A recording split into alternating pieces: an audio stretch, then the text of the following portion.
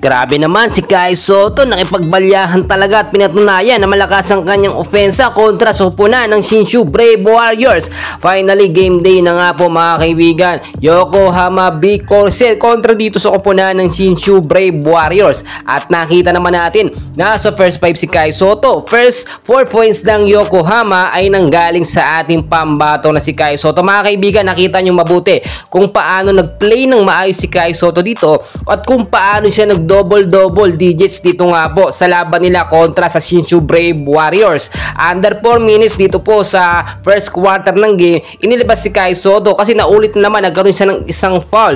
Pero so far maganda yung puntos niya. Meron na agad si Kai Sotto dito sa first quarter ng 4 points, 5 rebounds at isang block. So nakita natin maganda at malakas ang depensa ng Yokohama sa first quarter. At ang score nagtapos ang first quarter, 14 points po ang Yokohama, 15 points naman etong Shinshu Brave Warriors. Isang puntos lamang kalamangan ng kalaban.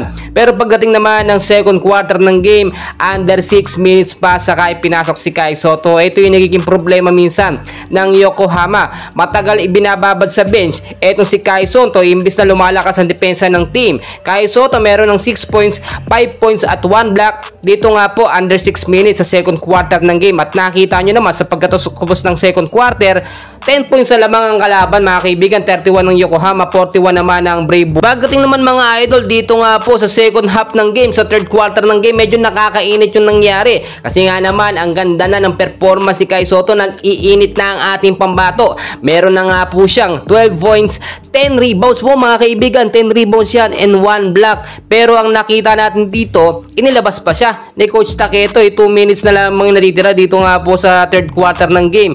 Imbis na magiging okay pa yung depensa ng Yokohama, pinasok pa, nilabas pa si Kai Sotto mga kaibigan.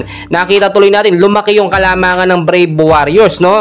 At pagdating naman sa fourth quarter ng game, huli na. Kung hindi depensa pa si Kai Sotto, nakalamang na ng husto itong Shinshu Brave Warriors. Yung pagkakamali dito ni Coach Taketo mga kaibigan, no? Yung hindi talaga siya nagtitake ng risk, no? Number 1 niya nakita natin. Imbis na ibinababad si Kai, no? Isang foul lang naman siya doon. At nakita naman natin, natatakot na agad siya. Do alam naman natin yung technique ni Coach Taketo na ibababad siya sa fourth quarter ng game, pero sana wag niyang hayaan mawala si Kai dahil walang papalit sa depensa na kagaya ng pinapakita ng ating pambato na si Kai Sotto. At sana wag siya matulad sa ibang mga coach na kapag si Kai Sotto nag-iinit, biglang inilalabas. Ang pangit nun mga kaibigan, no? Sana yun ang makita at ma-realize ni Coach Taketo. Well mga kaibigan, so far so good, no? Nakita naman natin sa fourth quarter ng game, no? Ilang puntos ang kalamangan, 19 points ang kalamangan ng kalaban, pero napakahirap ng habulin ito para sa kupunan ng Yokohama B Corsair. Pero kapag may Kai Sotto, nakikita nyo nakakaabot, no? Bumababa kasi ang puntos ng kalaban pag may Kai Sotto yung depensa niya.